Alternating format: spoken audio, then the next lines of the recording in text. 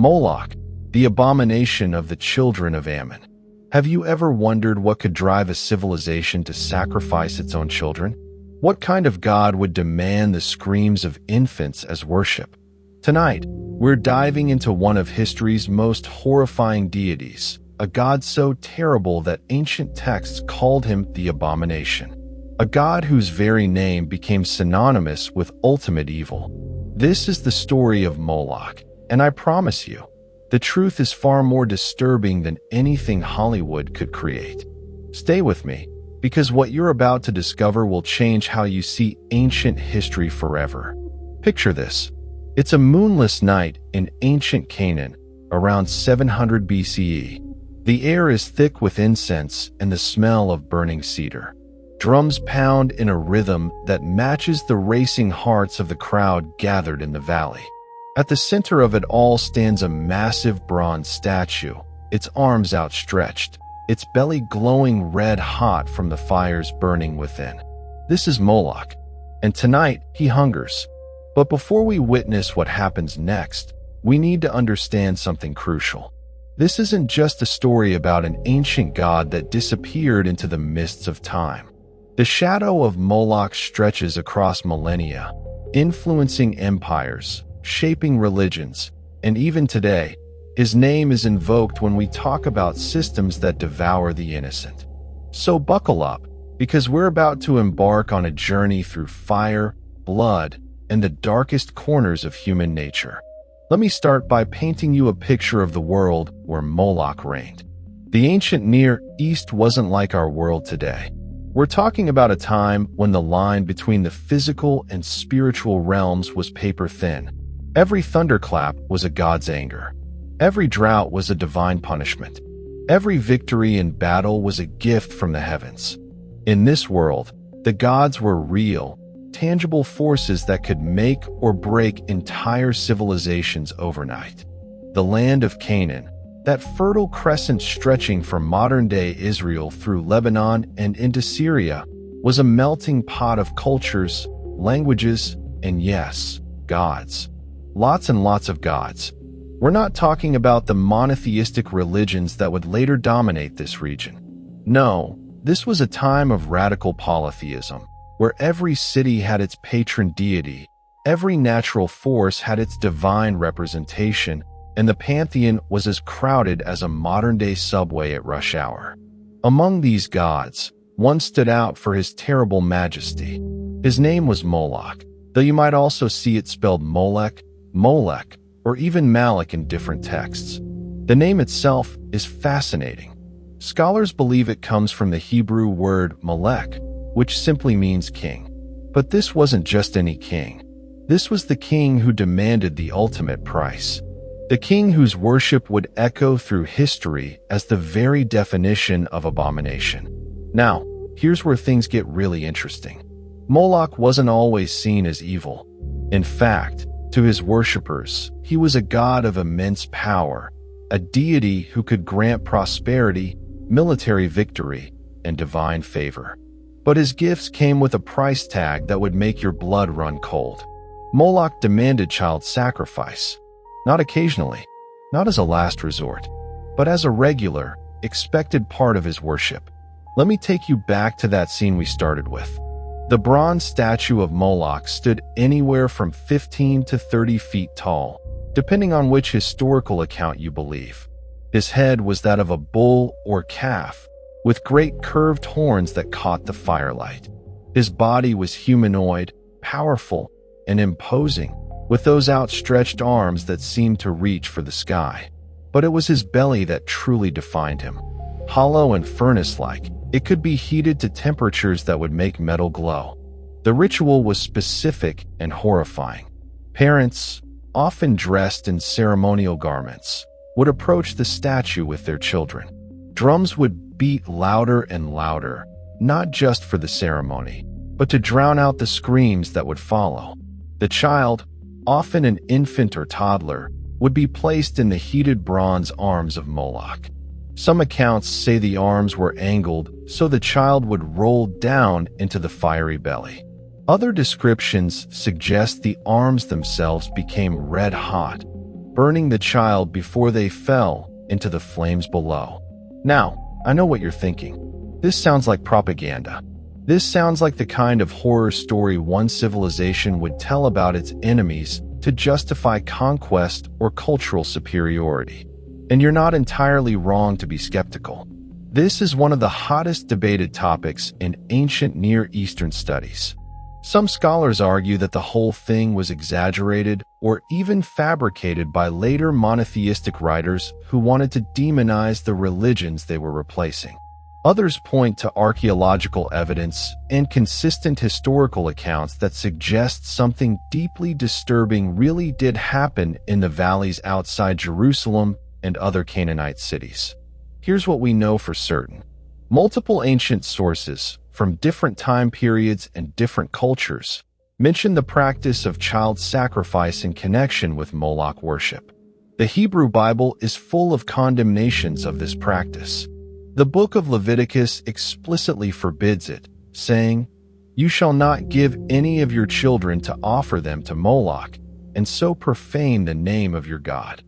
The second book of Kings tells us that King Ahaz made his son pass through the fire, according to the abominations of the nations.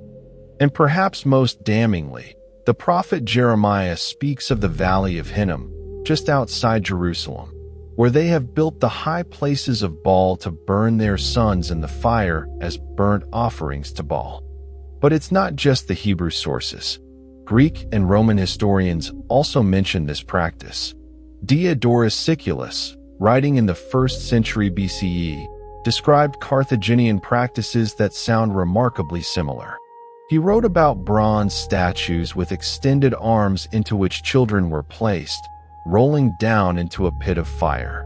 Plutarch, in his writings about superstition, mentioned that Carthaginian mothers were required to watch the sacrifice without tears or emotion, or else forfeit the supposed benefits of the offering. Archaeological evidence adds another layer to this mystery. In the ruins of ancient Carthage, archaeologists discovered what they call tophets, burial grounds containing thousands of urns filled with the charred bones of infants and young children. Now, here's where the debate gets fierce. Some researchers argue that this is evidence of child sacrifice. Others contend they're simply infant cemeteries, the final resting places for children who died of natural causes in a time when child mortality was tragically common. The debate continues to this day, with new studies and new interpretations emerging regularly.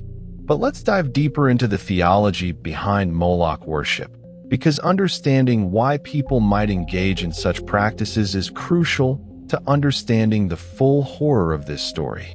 In the ancient world, the relationship between humans and gods was transactional.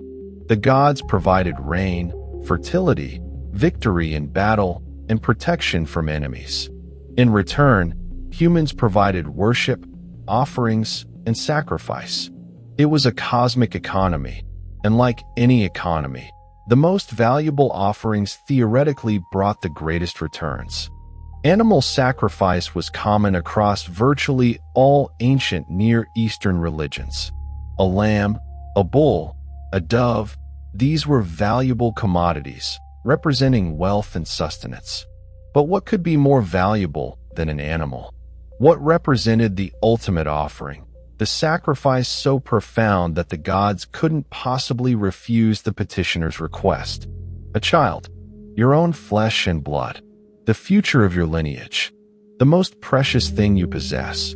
The logic, as twisted as it sounds to modern ears, was almost mathematical. If a sheep might bring rain and a bull might bring victory, then surely a child, the ultimate sacrifice, would bring the ultimate blessing.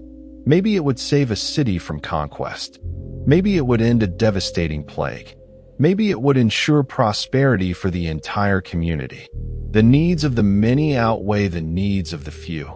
Taken to its most horrific extreme, there's another dimension to this that we need to consider, one that makes the practice even more chilling. In many ancient societies, children weren't seen as individuals in the way we understand today. They were extensions of their parents, particularly their fathers. A father had absolute authority over his offspring, including the power of life and death. In this context, sacrificing a child wasn't murder in the legal sense. It was an extreme exercise of paternal authority, a statement that said, "I value the favor of this God more than I value my own bloodline." Some scholars have proposed that Moloch worship represented a form of social control. Think about it. If the priestly class could convince the population that the gods demanded child sacrifice, they held ultimate power over the community. They could decide whose children were sacrificed and whose were spared. They could use the threat of divine anger to maintain order and obedience. They could enrich themselves through the donations and offerings that accompanied such major religious events. It's a dark interpretation, but one that makes a certain terrible sense. Now, let's talk about where Moloch worship actually took place, because geography matters in this story. The primary location associated with Moloch's sacrifice was the Valley of Hinnom, known in Hebrew as Gehinnom, which later became Gehenna, the word that would come to mean hell itself in Jewish, Christian, and Islamic theology. Think about that for a moment. A place became so associated with horror and evil that its very name became synonymous with eternal damnation. The Valley of Hinnom runs along the southern side of Jerusalem's Old City. In ancient times, it was a deep ravine, dark and forbidding even in daylight. According to biblical accounts, it was here that a site called Tophet was established. The word Tophet might derive from an Aramaic word meaning place of burning, though some scholars connect it to a Hebrew word for drum, possibly referring to the drums used to drown out the screams during sacrifices. The archaeological reality of the Tophet is complicated. We know from textual sources that something happened there, something so terrible that later Jewish reformers physically destroyed the site and declared it cursed. King Josiah, during his religious reforms around 621 BCE, specifically defiled Topheth, which is in the valley of the son of Hinnom, that no man might make his son or his daughter to pass through the fire to Molech. But Moloch worship wasn't confined to Jerusalem or even to ancient Israel. Evidence suggests similar practices occurred throughout the Phoenician world. Carthage, that great Phoenician city-state in North Africa that would later clash with Rome in the Punic Wars, had its own Tophet. Excavations there have revealed layer upon layer of urns containing infant remains, spanning centuries of the city's history. Similar sites have been found in Sicily, Sardinia, and other Phoenician colonies across the Mediterranean. This geographical spread tells us something important. Moloch worship, or something very much like it, wasn't an isolated aberration. It was a widespread religious practice that persisted for centuries across multiple cultures. This wasn't a case of one crazy cult in one location. This was a religious phenomenon that had deep roots in ancient Near Eastern spirituality. Let me share with you one of the most detailed ancient accounts we have of what a Moloch sacrifice actually looked like. This comes from rabbinical sources, specifically the Talmud, which was compiled centuries after the practice had ended, but which drew on older oral traditions and written sources that have since been lost. According to these sources, the ritual had specific, terrifying protocols. The statue of Moloch would be heated for hours before the ceremony. Wood and coals would be packed into its hollow interior until the bronze glowed with heat. The ceremony would begin at dusk, as the sun set and darkness covered the valley. Priests would lead processions of worshippers, chanting hymns and prayers. Musicians would play drums, cymbals, and flutes. The noise would build and build until it was almost unbearable. Parents bringing their children would have prepared for days. They would have purchased the child's finest clothing. They would have made additional offerings of grain, wine, and incense. They would have fasted and purified themselves according to ritual requirements. All of this made the sacrifice more potent, more valuable in the eyes of the god. When the moment came, The child would be taken by a priest. Some accounts say the parents handed over their child directly. Others suggest the child was taken from them at the last moment. The priest would hold the child up to the crowd, proclaiming the worthiness of the offering. Then, with the drums reaching a crescendo, the child would be placed in Moloch's burning arms. What happened next varied in different accounts.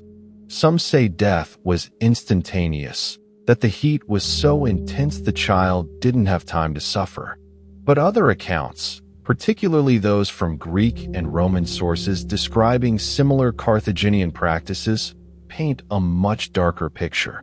They describe agonizing deaths, with the sounds of the children's suffering supposedly bringing joy to the god and ensuring his favor. Here's something that might surprise you. Not everyone in ancient times thought this was okay. Even in societies where Moloch worship existed, it was controversial. The Hebrew prophets railed against it constantly. Isaiah, Jeremiah, and Ezekiel, they all condemned the practice in the strongest possible terms. Jeremiah in particular seemed almost unable to comprehend how his people could do such a thing, declaring that God had never commanded such sacrifices and that they had filled this place with the blood of innocents. These prophetic condemnations tell us something crucial. Moloch worship wasn't universally accepted even in the cultures where it occurred. There was resistance, moral outrage, and religious debate. The very vehemence of the prophets' condemnations suggests they were fighting against a practice that had real appeal and real adherence. You don't spend chapters of scripture condemning something nobody is doing. But why would parents actually go through with sacrificing their own children? This is the question that haunts anyone who studies this topic. We want to believe that parental love is universal, that no mother or father could willingly harm their child. But history shows us that human beings are capable of terrible things when culture, religion, and social pressure align. Some parents probably believed with absolute conviction that they were doing the right thing.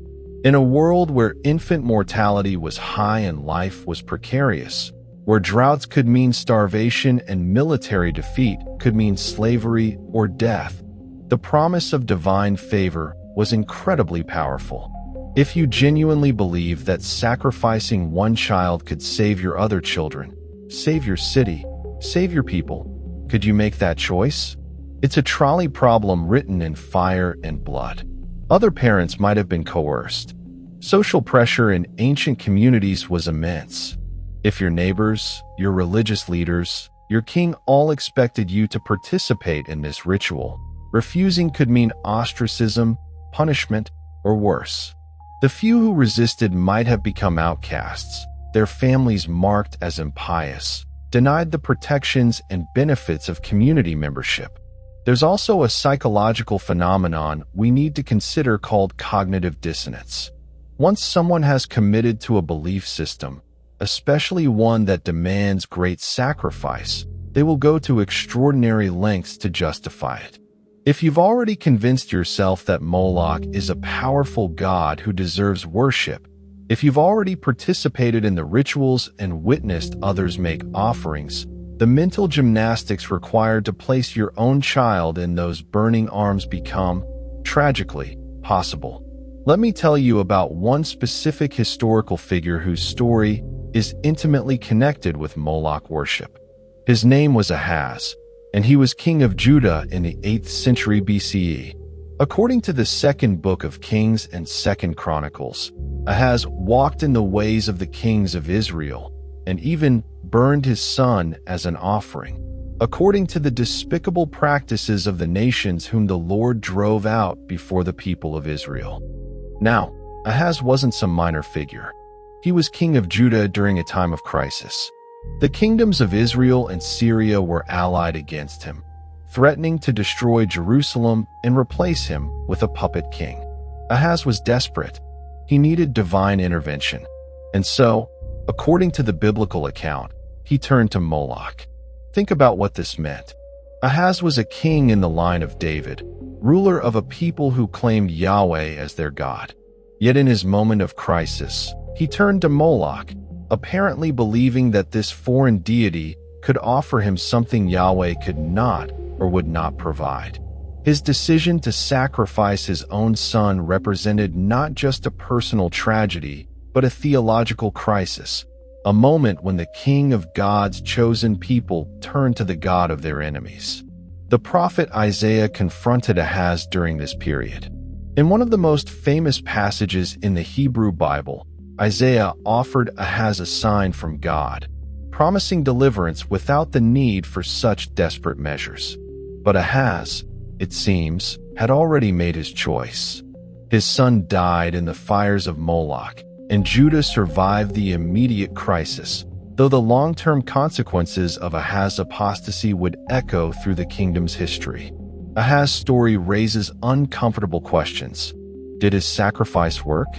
Did Judah survive because of divine favor earned through his son's death, or despite the horror of what he'd done? Or is the whole narrative more complex, with political, military, and economic factors playing the real role in Judah's survival, while the religious elements serve to explain and moralize the historical outcomes? Now, let's fast forward a bit and talk about how later generations understood and reinterpreted Moloch. As monotheistic Judaism solidified, as the temple cult in Jerusalem became centralized, and as the prophetic tradition emphasized ethical monotheism over ritual sacrifice, Moloch became the ultimate symbol of everything wrong with pagan worship. He wasn't just a false god. He was the false god, the clearest example of how turning away from Yahweh led to moral horror. By the time we get to the rabbinic period, after the destruction of the Second Temple in 70 CE, Moloch had become almost mythological. The actual practices had ended centuries earlier, but the memory remained, preserved in scripture and oral tradition. The rabbis debated the details.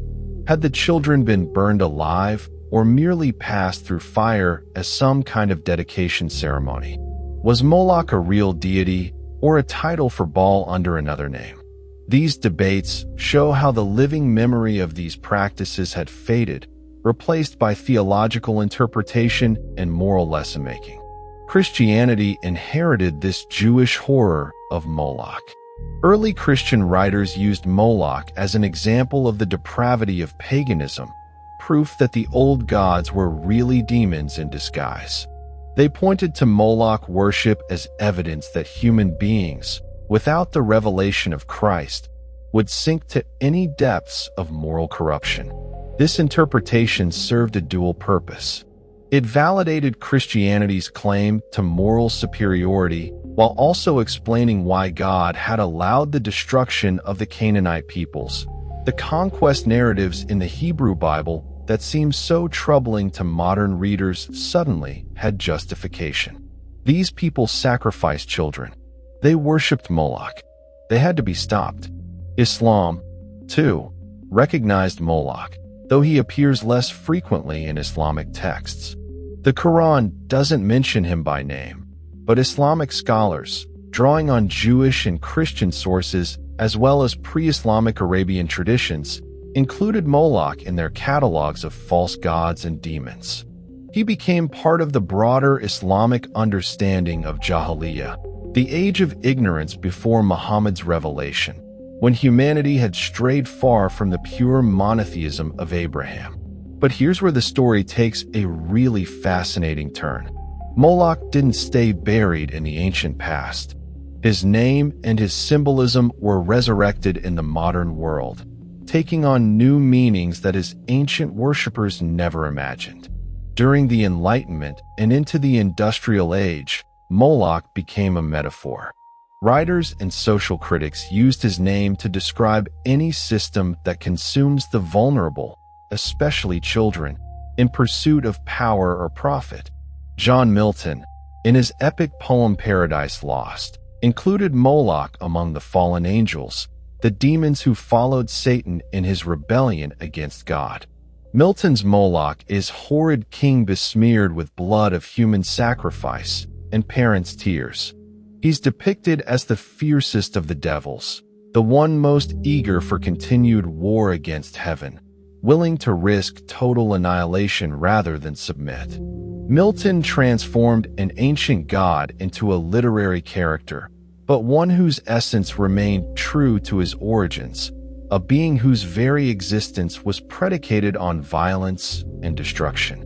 In the 19th century, as the Industrial Revolution transformed society, critics began to see Moloch everywhere. The factories that employed child labor, working them to death in dangerous conditions for mere pennies, were the new Moloch. The wars that sent young men to die in trenches and on battlefields, feeding the machines of empire and nationalism. This too was Moloch. The god hadn't disappeared. He had simply found new forms, new ways to demand the sacrifice of children to feed the appetites of the powerful. Karl Marx didn't use the name Moloch, but his critique of capitalism as a system that commodifies human beings and consumes their labor and their lives echoes the Moloch metaphor.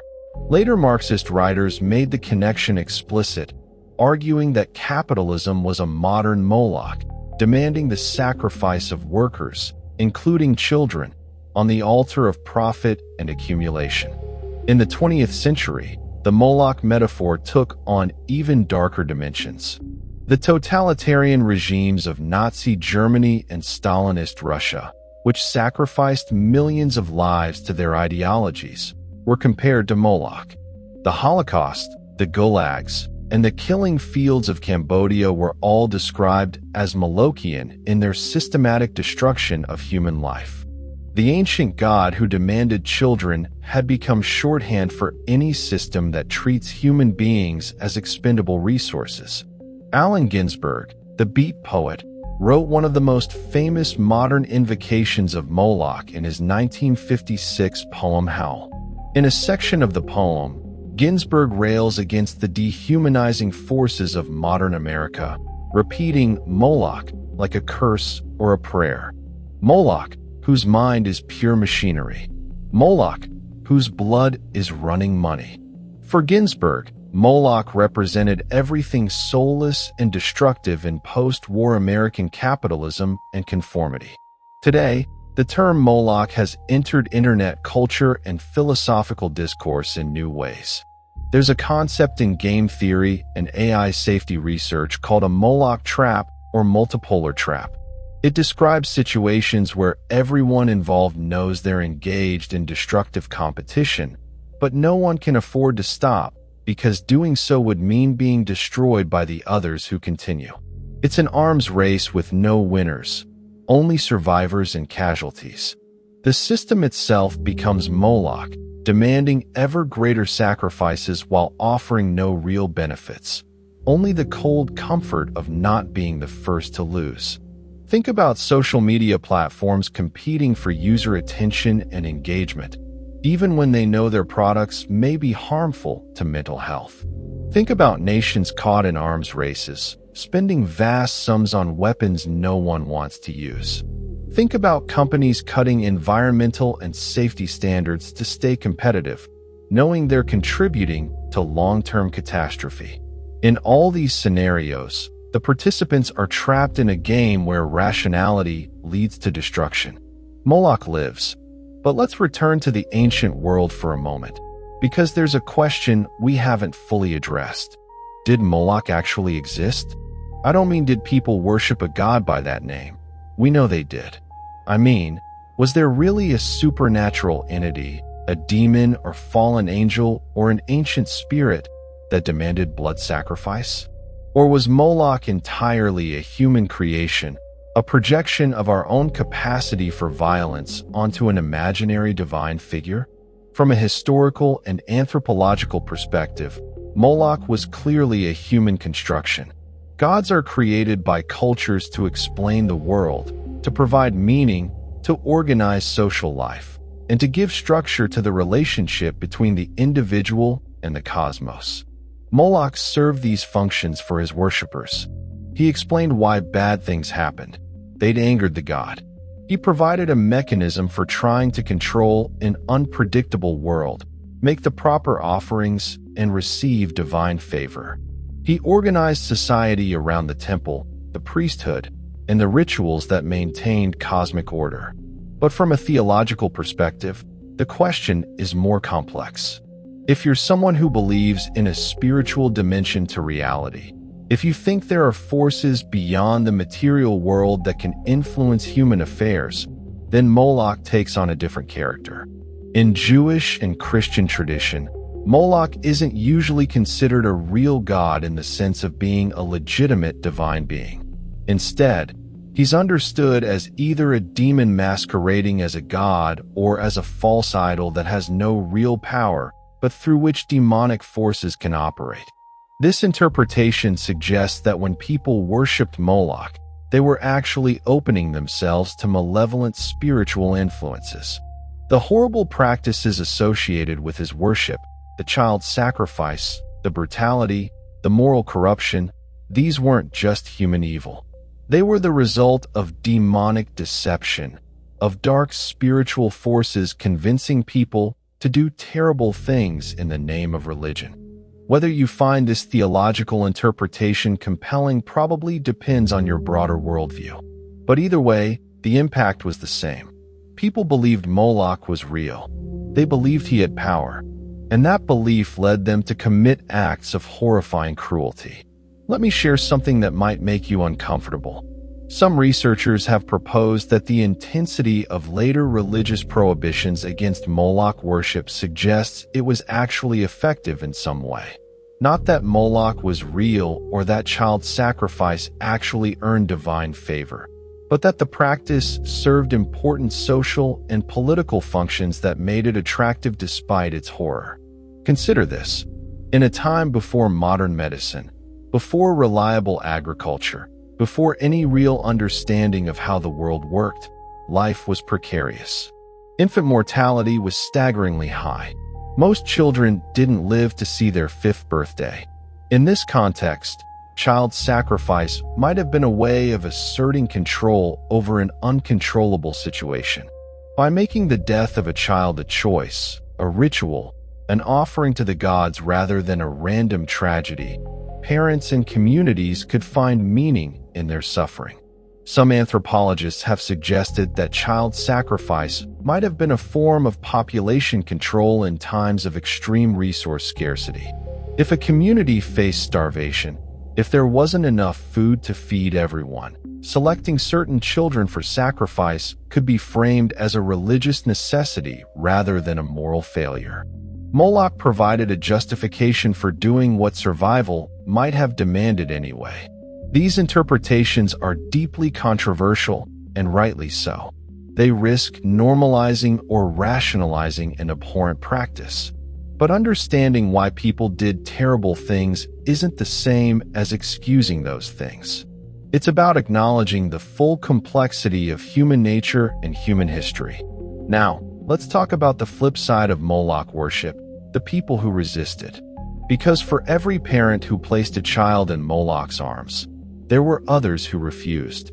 The Hebrew prophets weren't shouting into a void. They were part of a resistance movement, a religious revolution that sought to replace the old gods and their bloody rituals with a new kind of faith. The prophets offered an alternative vision. They claimed that the God of Israel didn't want sacrifice. He wanted justice. He wanted mercy. He wanted people to care for widows and orphans, to treat strangers with kindness, to build a society based on righteousness rather than ritual. This was radical stuff. It meant that pleasing God wasn't about elaborate ceremonies or costly offerings. It was about how you treated your neighbor. This prophetic tradition reached its culmination in the reforms of King Josiah, which I mentioned earlier.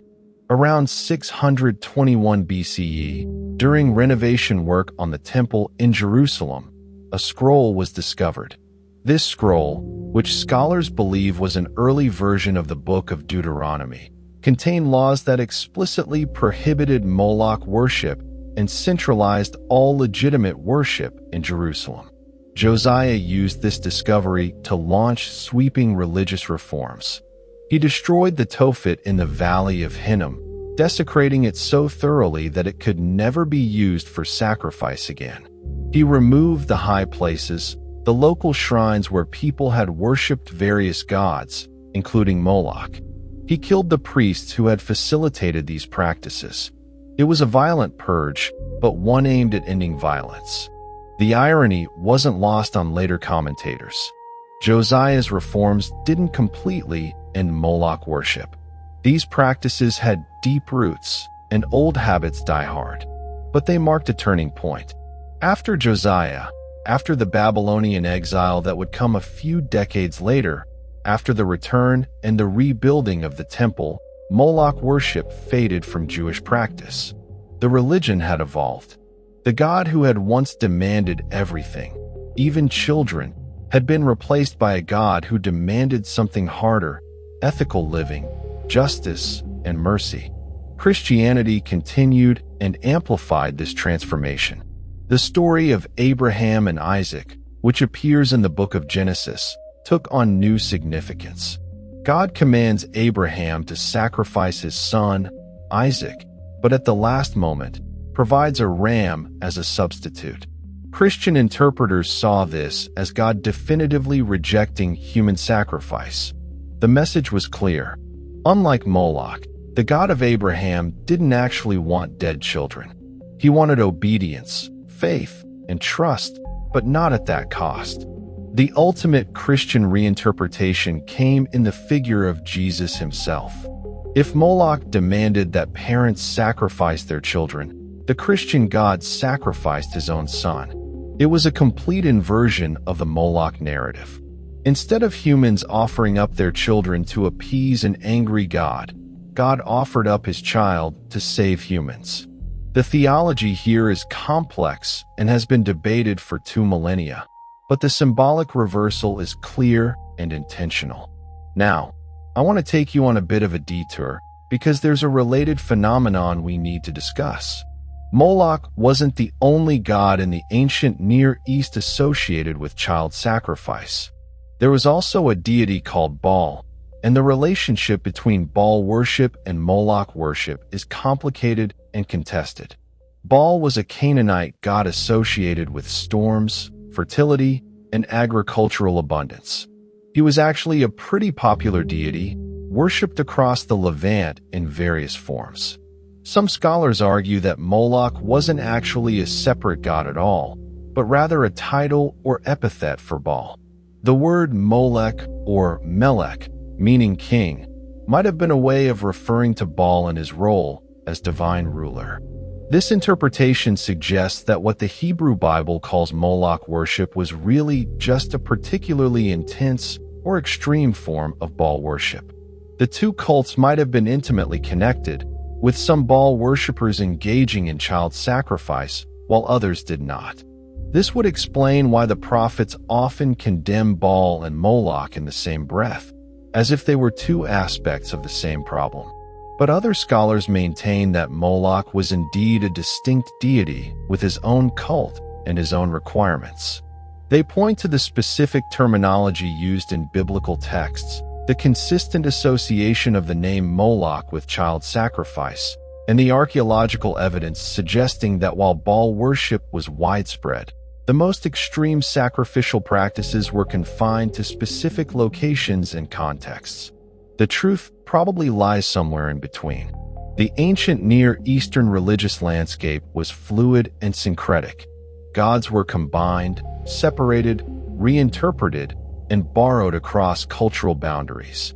Moloch might have started as a title for Baal, then developed into a distinct cult, or vice versa. The people engaging in these practices might not have made sharp distinctions between different deities in the way that later monotheistic interpreters did. What's clear is that by the time the Hebrew Bible was compiled in its final form, Moloch had become the go-to name for the most abhorrent form of pagan worship.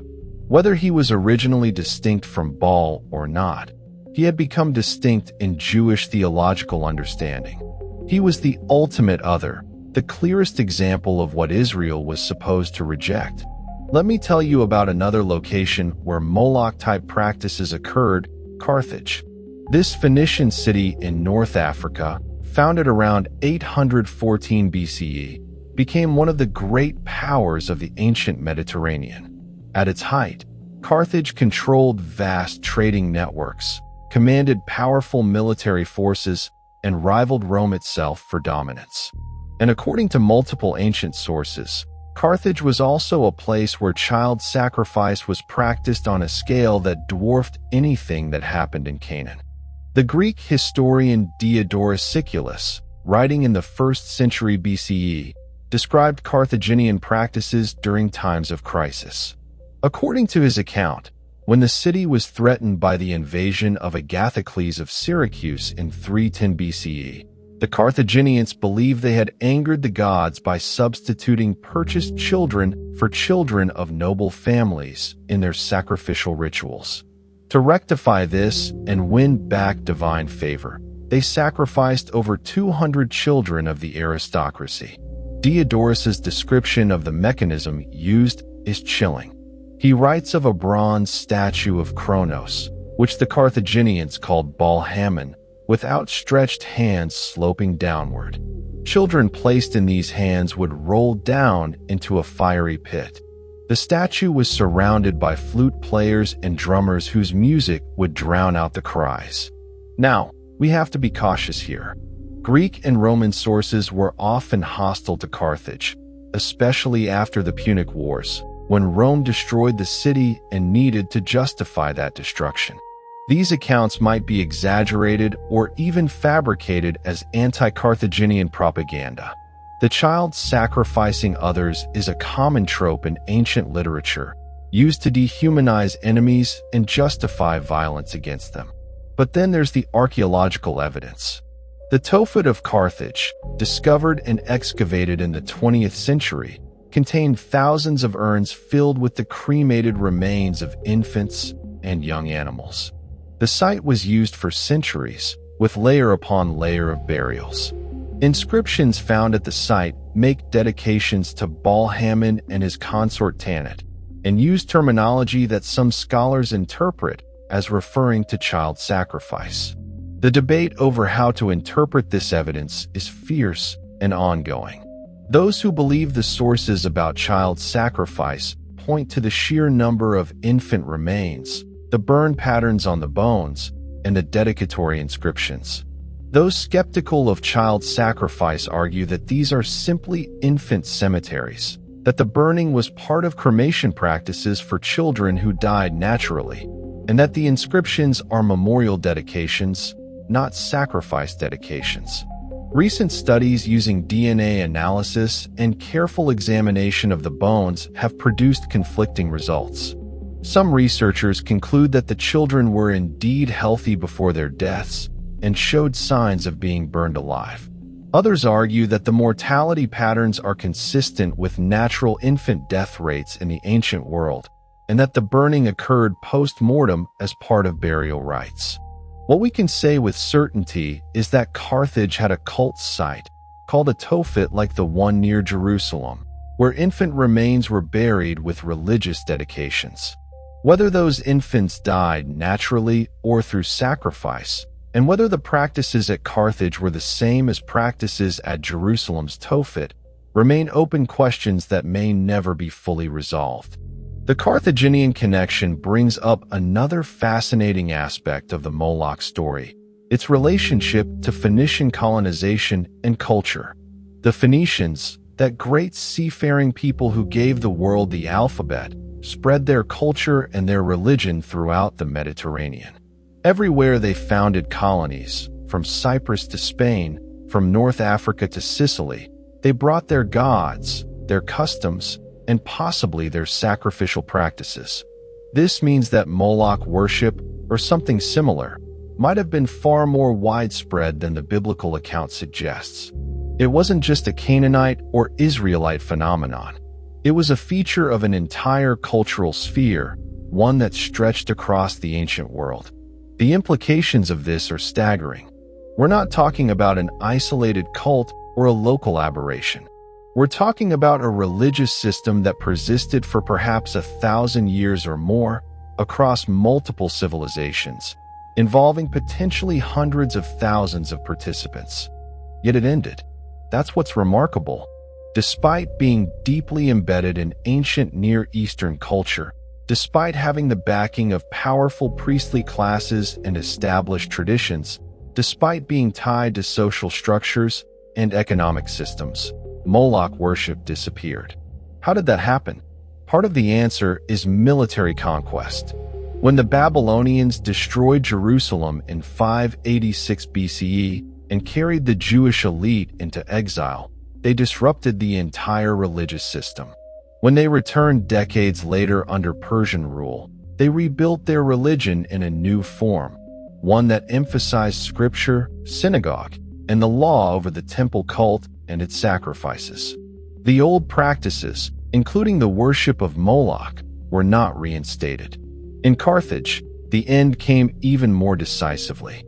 When Rome finally destroyed Carthage in 146 BCE at the end of the Third Punic War, they didn't just conquer the city. They razed it to the ground, sold the population into slavery, and supposedly sowed the earth with salt so nothing would grow there again. The Tophet, the temples, the entire religious infrastructure of Carthaginian Baal worship was obliterated. But military conquest alone doesn't explain the end of Moloch worship. After all, lots of ancient religions survived conquest and occupation.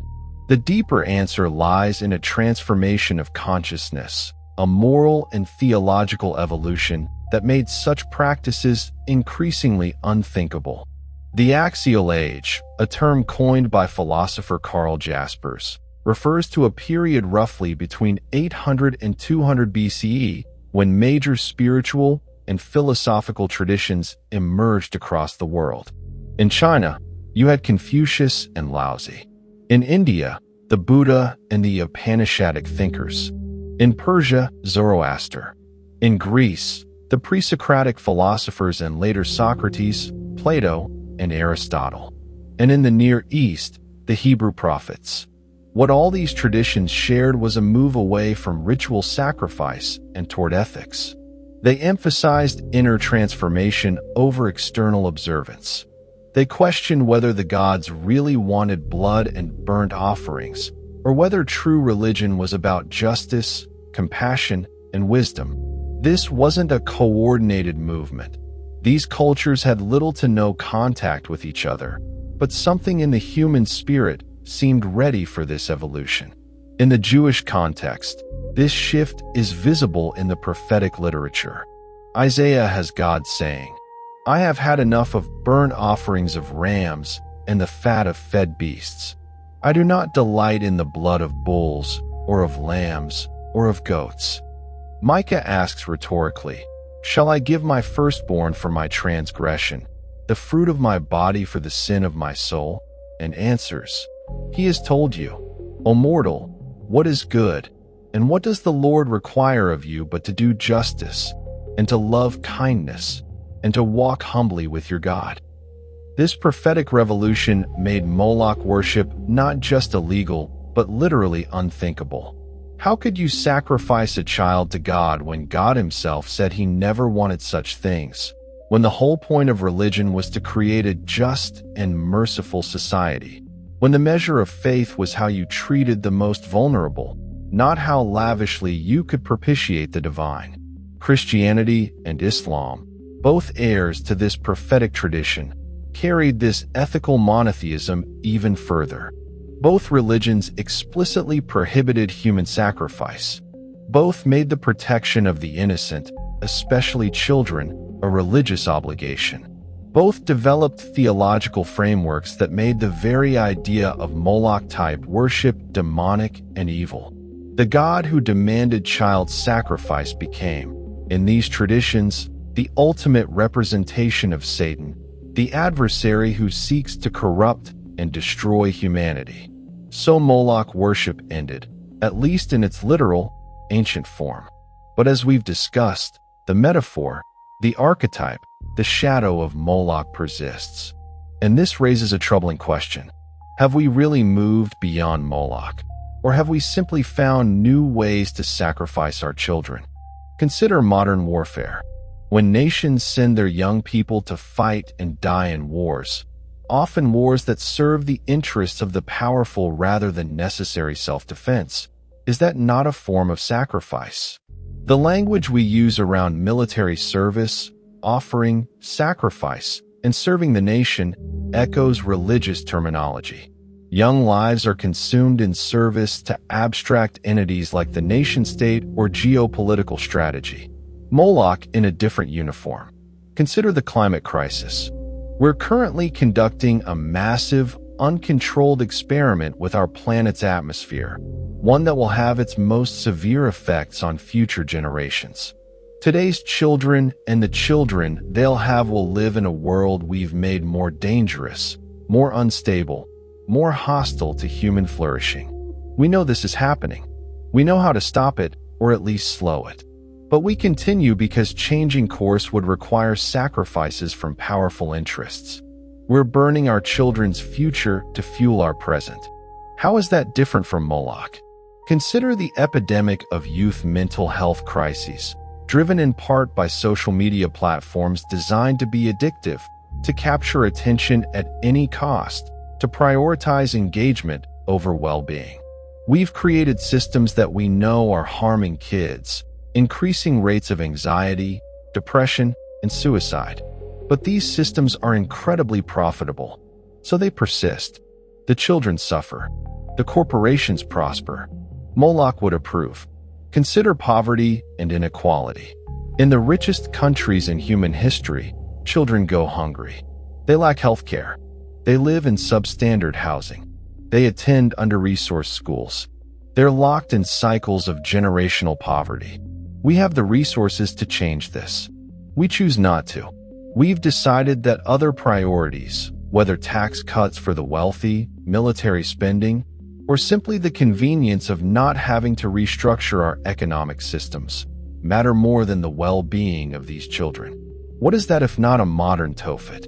I'm not saying these situations are identical to ancient child sacrifice. The mechanisms are different. The intentionality is different. No parent is placing their child in a burning bronze statue. But the pattern, systems that consume the young to serve the interests of the powerful, remains eerily familiar. The god is dead. Long live the god.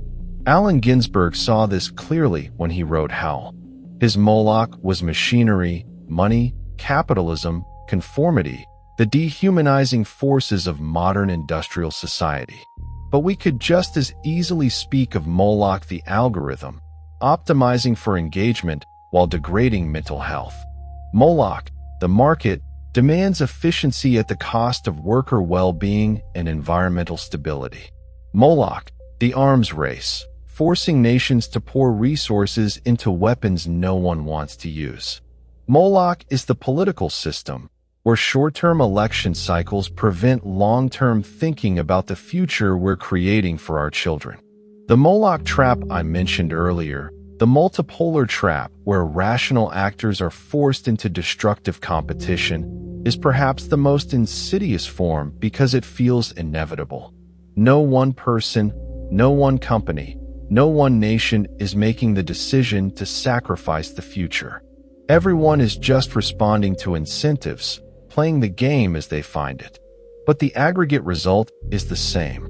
The young, the future, the vulnerable, they're consumed. So what do we do about it? The ancient prophets offer one model. They stood up and said, "This is wrong. This must stop." They faced persecution, imprisonment, even death for their stance. But they didn't back down.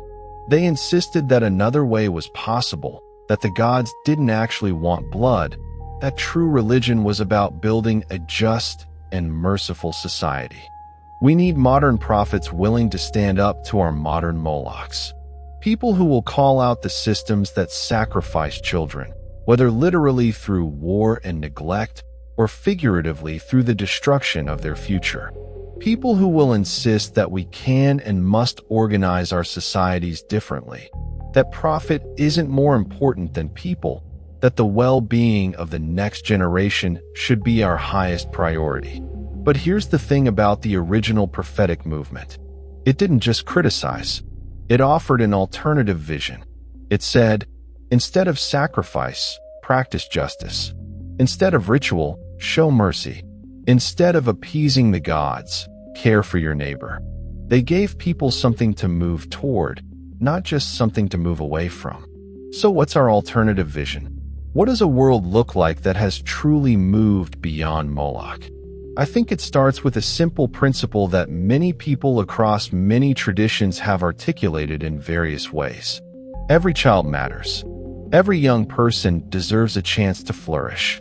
No system, no matter how powerful or profitable or politically expedient, is worth preserving if it requires the sacrifice of children. That sounds obvious, maybe even trite. But if we actually organized our societies around that principle, everything would change. Our economic systems would prioritize the well-being of families and communities over quarterly profits. Our political systems would think in generations, not election cycles.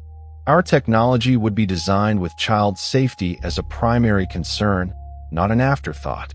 Our response to climate change would be immediate and comprehensive because we'd understand that we're quite literally deciding what kind of world we're leaving to our children. The challenge is that getting there requires confronting entrenched power structures, the modern priests of Moloch who benefit from the current arrangements. It requires collective action on a scale that can feel overwhelming, and it requires us to examine our own complicity, the ways we participate in or benefit from these destructive systems. But history shows us that fundamental moral transformations are possible. Moloch worship ended. Slavery was abolished. Women gained rights and recognition as full human beings. LGBTQ people fought for and won dignity and legal protection. None of these changes was easy. All faced fierce resistance. Many required generations of struggle. But they happened because people decided that the way things were was intolerable, and they committed to creating something better. The question facing us now is whether we can make a similar commitment.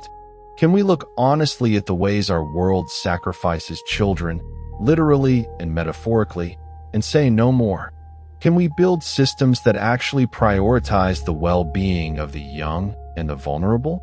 Can we finally, truly, leave Moloch behind? I want to close by returning to where we started, that valley outside Jerusalem where Moloch once demanded his tribute. Today, the Valley of Hinnom is a park. Families have picnics there. Children play. The Tophet is long gone, destroyed so thoroughly that archaeologists still debate exactly where it stood.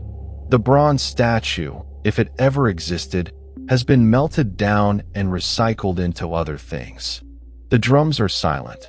But walk through that valley, especially at dusk, and you can't help but feel the weight of history. So much suffering, so much horror, and yet it ended. People said, enough. They tore down the altars. They defiled the sacred spaces. They wrote into their scriptures absolute prohibitions against ever doing such things again. They rebuilt their religion from the ground up, creating something that elevated ethics over ritual, justice over sacrifice.